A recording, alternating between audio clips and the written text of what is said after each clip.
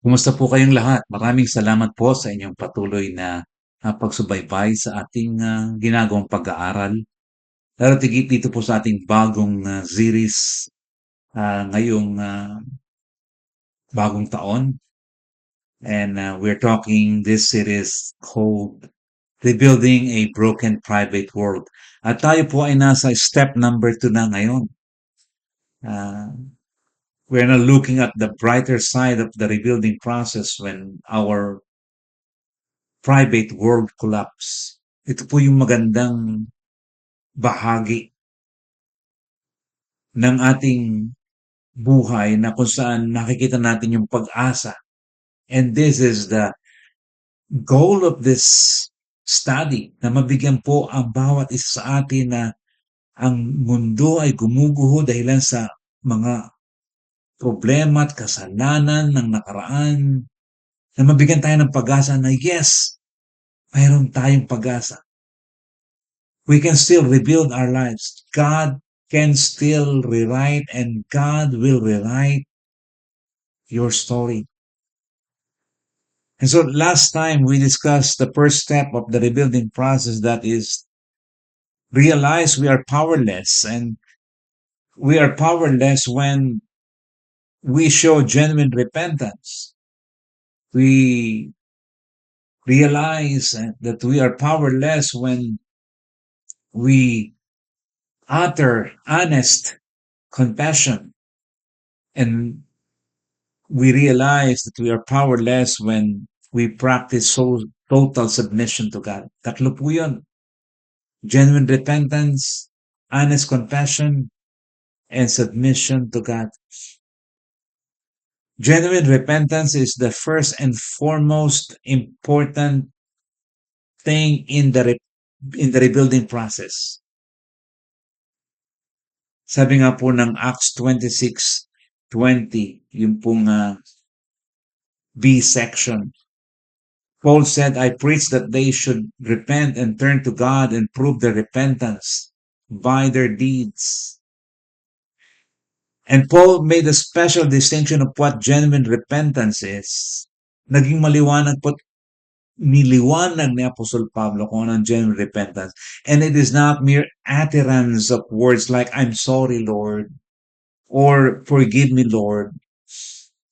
Niliwanag po ni Apostol Pablo kung anong repentance, and that repentance is always accompanied by good deeds.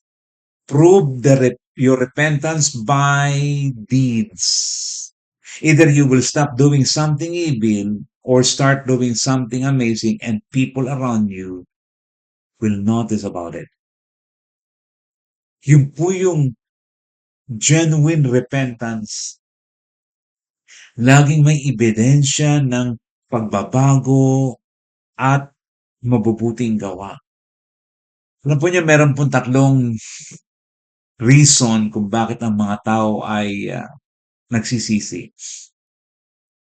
Ang una pong dahilan kung bakit ang tao ay nagsisisi ay ito, because of the consequences. And some people repent to avoid the evil consequences of their wrongdoings. Ayaw nilang mapapahiya. Ayaw nilang mayu-humiliate.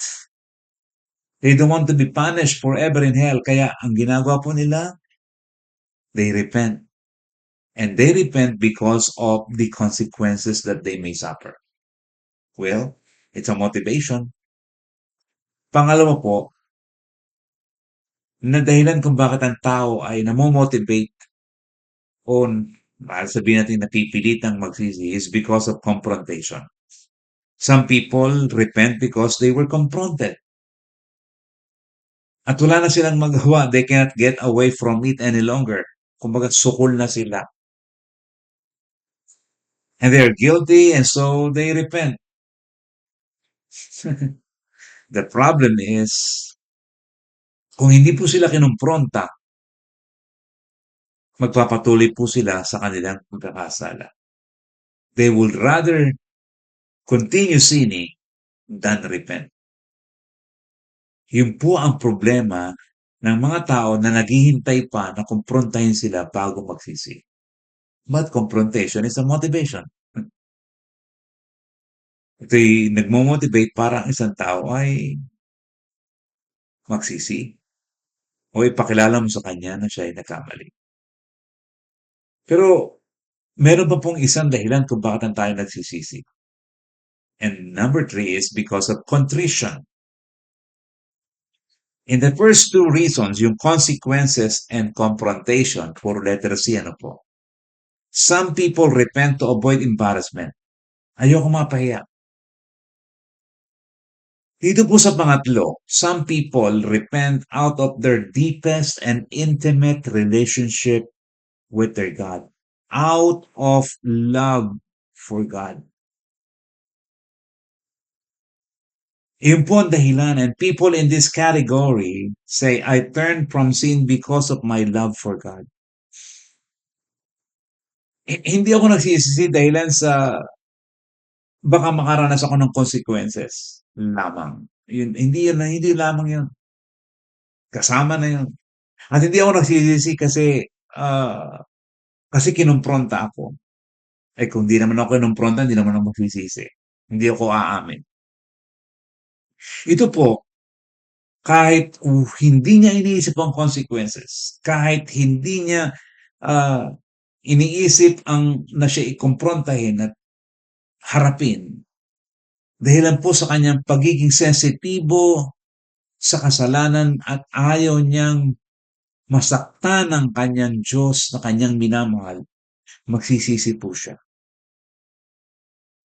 I turn away from sin because of my love for God. The highest expression of repentance. Kaya nung si David po ay nagkasala on two counts against Bathsheba and Uriah, he said, to you alone, O God, have I sinned. So, obviously, hindi naman po talaga sa Diyos lamang nagkasala si David. Alam niya, nagkasala siya laban kay Bathsheba, nagkasala po siya laban kay Uriah.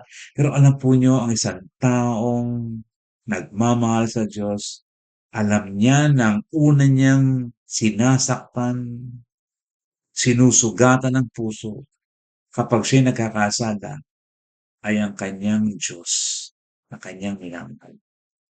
Kaya ganito na lang ang pagkakasabi ni David. It does not matter if no one knows. It doesn't matter if no one sees, no one heard. Ang sinasabi ng mga tao nagsisisi on this third category, I will not choose to sin because of you, my Lord and my God. May I tell you something, mga kapatid, mga kaibigan? If you're gonna be really repenting, and I will need to repent of all my sins, may the motivation that we have is not number one, not number two, but our motivation should be number three. Because of contrition, because of our love for God. Alam po niyo, the process of rebuilding our lives takes more than mere realization that we are powerless. At ito nga po yung gusto nating i-drive, i-point, i-submit sa bawat sa atin. That genuine repentance is important, but it also takes commitment to Christ's control, full control of Christ in your life, in my life. And every time we think about Christ's full control of our lives, we think of Galatians chapter 2, verse 20. It fits well. At ang sabi nga po ng classic verse na ito, focusing on committing our lives to Christ's control. Ito ang sabi po ng Galatians 2:20. I have been crucified with Christ and I no longer live, but Christ lives in me. The life I live in the body, I live by faith in the Son of God who loved me and gave himself for me. Now, what does it mean to be crucified with Christ? Let's elaborate it a little bit. Let's give some applications to what it means. Anong ibig sabihin na I have been crucified with Christ and I no longer live, but Christ lives in me? So that in the end, I can give Christ full control of my life, because Christ's full control of my life means rebuilding my broken private world. So ano pong ibig sabihin nito? Number one, to be crucified with Christ means giving up our rights. Sabi po ng talata, I have been crucified with Christ. When Christ was on the cross, we know it. He gave up all his rights. He gave up all his privileges. Everything that he deserves, he gave them up. When Christ was on the cross, he did not go down to retaliate or to get even to those who condemn him as worthy of death. When Christ was on the cross, he did not retaliate. He did not get even to those who spit at him. When Christ was on the cross, he did not retaliate. He did not get even to those who blindfolded him and struck him with their fist. He did not get even to those who beat him, even to those who denied and betrayed him. He did not retaliate. He gave up his rights. And he gave up his rights willfully. If we claim that we have been crucified with Christ, it would mean that we will give up our rights too. Kaya alisin na po natin yung ating sobrang pag-i-insist ng tinatawag nating self-entitlement. And that is the problem of our society nowadays, self-entitlement. Uunahan ka, self-entitlement. Gagawan ka ng kung ano ng bagay o whatever, self-entitlement. So, when Christ was on the cross, he did not go down to retaliate or to get even. And also, when Christ was on the cross, he did not give himself some kind of reward for what he was suffering from. He did not say, oh, I deserve some pleasure, even if I cross the line, for I suffer a lot. Siguro naman, bigyan ko na ng konti kasiyahan ng aking sarili. No, he did not give himself some kind of reward. He gave up all the rights and he did not reward himself. Giving up our rights just like what Christ did on the cross. Kaya ang ating sinasabi, I have been crucified with Christ, it means that we need to give up our rights and privileges that we deserve for Christ. Yung pong isang ibig sabihin ng giving Christ full control of our lives. Applying Galatians 2:20. Pangalawa, ano pa ang ibig sabihin ng crucified with Christ? Bypassing our own desires. Ang sabi po ng talata, I no longer live, but Christ lives in me. Alam po niyo ang ibig sabihin ng bypass. To bypass means to avoid. Kaya ngayon po marami ng bypass, hindi po ba? Iniiwasan na yung mga busy city, yung mga masyadong matatraffic ng lugar, at gumagawa na ng mga bypass to avoid yung mga busy streets. So when we claim we no longer live, but Christ lives in me, Christ's desire takes priority. The desires of Christ takes priority. We no longer live. Yun po ang puntos noon. Kaya kung hindi na ako nabubuhay, and I would like to rebuild my life, then I will take Christ's desire as my first priority, my first and foremost.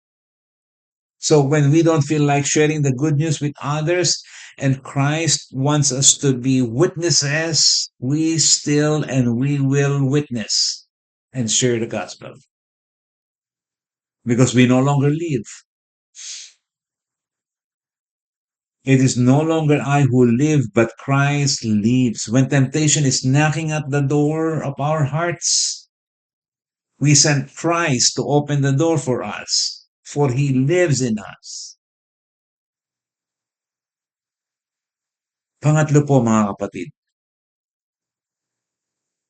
kung anong ibig sabihin ng crucified with Christ, not only giving up our rights, not only bypassing or avoiding our own desires, but thirdly, it also means living is not based on what is seen, but on what is not seen. Ang buhay at ang buhay ko ngayon, pamumuhay ko ngayon ay hindi na nakabatay kung ano yung nakikita, kundi kung ano yung hindi nakikita. Ang sabi nga po ng talata, I live by faith in the Son of God. At ang isa pong pangkaraniwang tukso na naranasan ng mga Kristiyano ay ang materialism. Envy is also common among many Christians. Bakit siya meron ako wala? If you think envy is not a serious problem, listen to what the Bible says. Ang sabi po ng Job 5, talatang 2, envy slays the simple. Envy slays the simple. Jealousy destroys a special relationship. Surely, jealousy is distorting or killing the view of a simple person to live a simple life. Pinapatay ng kapanaghilian ang isang simpleng tao upang mabuhay siya ng simpleng buhay. But a man who lives by faith does not embrace materialism. He is not controlled by possession, knowing that God, not possession, provides ultimate joy and happiness.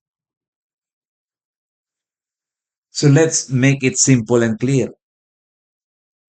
Any man or woman who is committed to Christ's control has been crucified with Christ, and he or she dies daily. 1 Corinthians 15:31.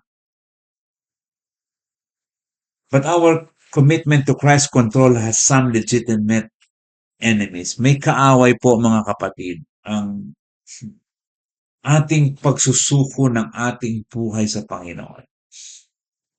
Yung when you want to give up your rights, when you want to avoid your desires, when you want to live not based on what is seen, but what is not seen, nako, meron po yung mga kaaway. Meron pong lumalaban dyan sa ating kalooban, sa ating puso. And we need to be cautious and we need to alert our lives about this. At ilan po yung mga factors that hold us back surrendering our lives fully to Christ. Number one, ang enemy number one po, so we can commit our lives fully to Christ, pride. Pride. Pride will keep us from admitting or recognizing that we are powerless or that we need help.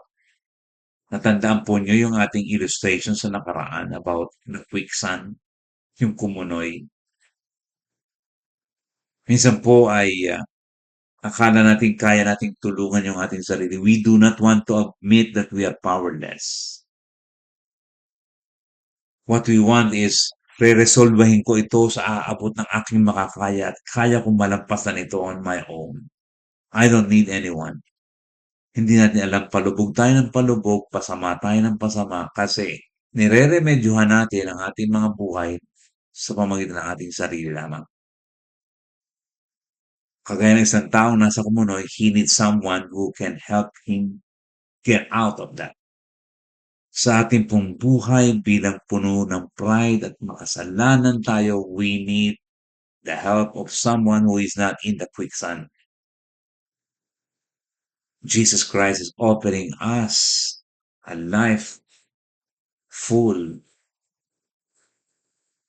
ng kapayapaan, but we need to ask His help and remove our pride to come to Him.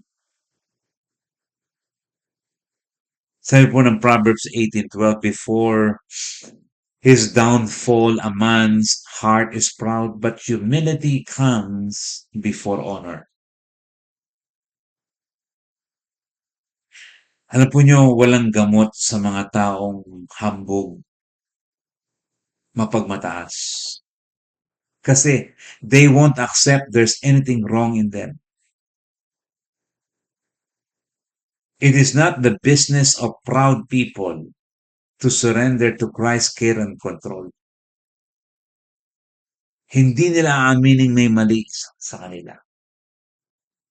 At minsan, ang mga tao dahil lang sa kanilang kahambugan, kaya na lamang po nila aaminin may mali sa kanila, ay para matapos na lamang ang usapan. And that is not a sincere acceptance ng ating mga pagkakamali. Ang mga tao pong puno ng kahambugan at kataasan, they will rather do their things for they are so proud na kaya nilang gawin ang mga bagay-bagay. Because of pride, they experience downfall. Ang kanilang mundo ay bumabagsak at gumugo because of pride. Kaya ang sabi po ng talata, before his downfall, a man's heart is proud, but humility comes before honor. Naalala ko po, nabasa ko yung isang kwento ng isang lalaki na seriously injured. Pero bagamat siya seriously injured at dinala po siya sa emergency room, instead of recognizing and submitting to what the doctors and the nurses were telling him to receive healing, he did something strange in the emergency room. Iba po ang ginawa niya. Kasi nga po siya ay hindi marunong tumanggap na siya ay injured, seriously injured. Ito po ang nangyari sa emergency room. He was controlling the situation and the process. Isang demonstrasyon, isang pagpapakita na talagang siya ay may pagmamataas. Ayaw niyang aminin siya may mali, may problema, seriously injured, kaya siya nasa emergency room. He was controlling the situation and the process ng lahat ng ginagawa sa emergency room. Another one, he was fighting against the trained doctors and nurses. Kinakalaban niya. Tinutuligsa niya, marahil dinidebate niya ang mga doktor. Yung maaaring gumumot sa kanya, tumulong sa kanya. Another one, he was demanding the doctors and the nurses to heal themselves instead. Hoy, kayo may mga sakit din kayo. Dapat kayo, ginagamot nyo rin ang mga sarili nyo. Dapat kayo, nagpapagamot din. Instead of, you know what? Admitting that ikaw may sakit ka kaya ka narito. You are seriously injured. But no, he was demanding the doctors, oy, kayo muna, gamutin nyo muna ang sarili nyo. Another one, this man was expecting to heal others. And also, this man, he reserved the right to prescribe his own medicine. And this man, he was threatening others that he would walk out bleeding.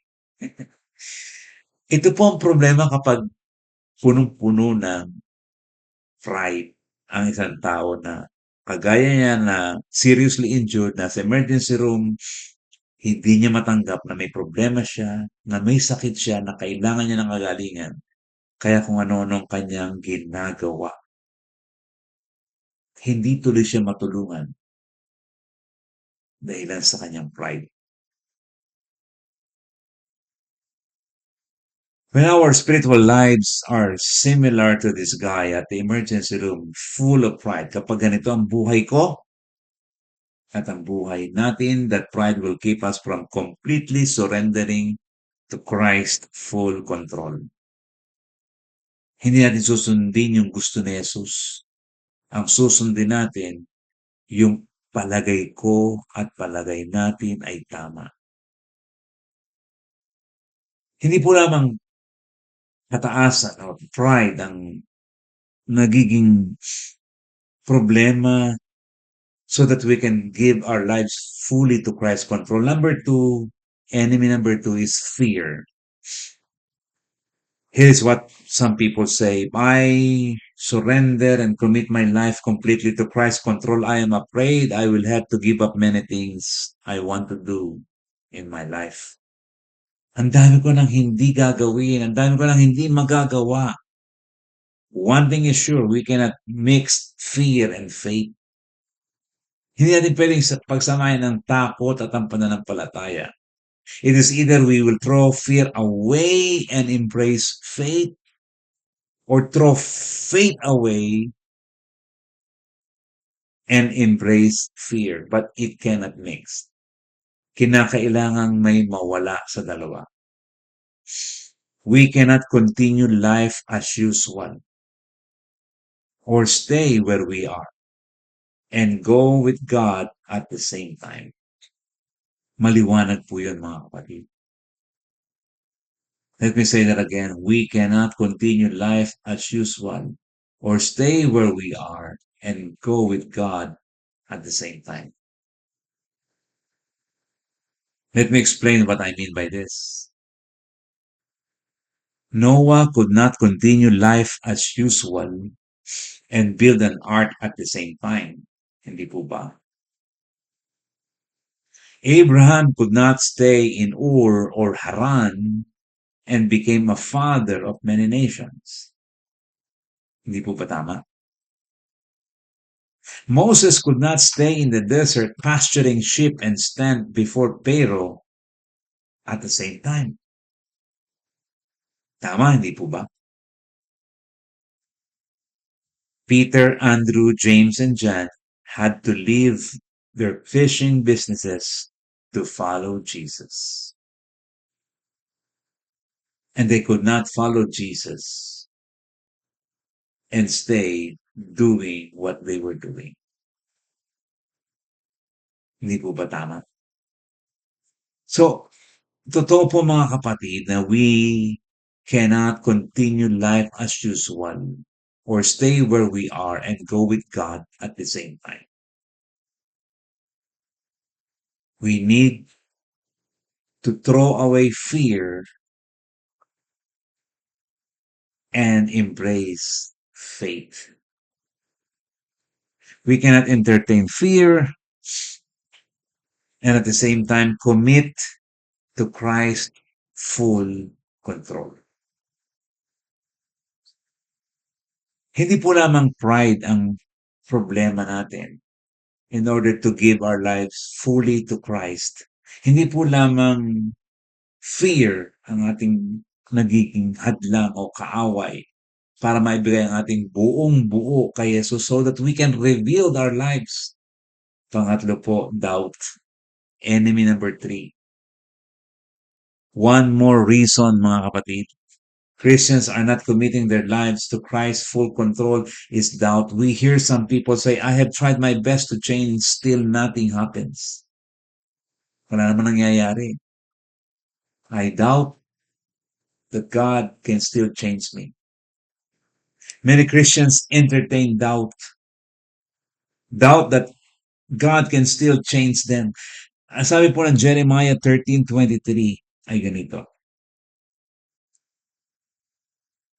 Can the Ethiopian change his skin or the leopard its spots? Neither can you do good who are accustomed to doing evil. The implication in this verse is man alone, you cannot change your life. Man cannot change his life for he is used to thinking and do evil things. Hindi natin kayang baguhin ang ating mga sarili on our own because we're used to thinking and doing evil things. Only by the power of the Holy Spirit that God can change our lives from the inside out. To God, nothing is impossible. When God is at work and when we allow God to work in us, to take full control of us, I no longer live, but Christ lives in me. He will take full control of your life and He can change you completely, totally. He can change anyone. He can save anyone. And our doubts that we cannot change our lives is true. Totoo po yun. Yung ating pag-alilangan na hindi natin kayang baguhin ang ating mga sarili, totoo, because we cannot change our lives sa pamagitan lang ng mga ating kakayan at sarili. Marami nang sumubok, but we are not the change agents. God is the change agents. Let me say that again. We are not the change agents. God is the change agent. Hindi natin kayang baguhin ang ating mga sarili. It is only by the power of the Holy Spirit that is in us na mababago ang ating buhay at marirebuild ang ating buhay. Sabi po ng Philippians 2:13 ay ganito, for it is God who works in you to will and to act according to His good purpose. Ang Diyos ang magbibigay, ang gagawa sa iyo upang ikaw ay magkaroon ng kalooban na at kakayanan na makagawa para sa kanyang kapurihan. Mga kapatid, we cannot do it on our own. We need to give it to God. We need to give our lives to Jesus and make Him na may full control of our lives. And that is the only way that we can rebuild our lives. Sabi nga po natin, step number 1, realize that we are powerless. And step number 2, commit fully to Christ's control. So, what is it that God is seeing in you as the enemy that hinders you to commit your life fully to Christ? Ano kaya yung nakikita sa atin upang hindi natin maisuko ang ating mga sarili sa Kanya? Fully, completely. Is it our pride? Is it our fear? Baka may mawala sa atin? Is it our doubt? You know, when you trust the Word of God, you're willing to lose anything. You're willing to give up your rights. You're willing to avoid your own desires, bypass our own desires. We are willing po to live by faith and not based on what is seen, but what is not seen, because we have given fully our lives to Jesus Christ. And so, let us talk to the Lord right now. Panginoon, alin ang mga bagay na ipinangungusap mo sa akin sa araw na ito na nagiging hadlang upang maibigay ko sa iyo totally in full control ng buhay ko so that you can rebuild my life.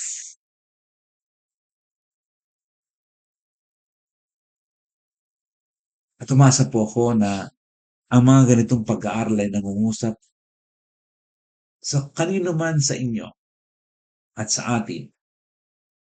Nasaan man po kayong journey ng inyong spiritualidad. I hope that you will continue to reflect and meditate on these words natin na pag-usapan so that in the end, God can reveal your life and our lives. Muli po ating ibinabalik ang papuri sa ating Panginoong Diyos na makapagpapabago sa atin. At muli ko po kayong inaanyayahan sa susunod upang pag-aralan pa natin ang ilang steps to rebuild our broken private world. Sa Diyos po ang papuri. Muli nagpapasalamat sa inyong lahat. Jonathan Orellasa. Hanggang sa muli po.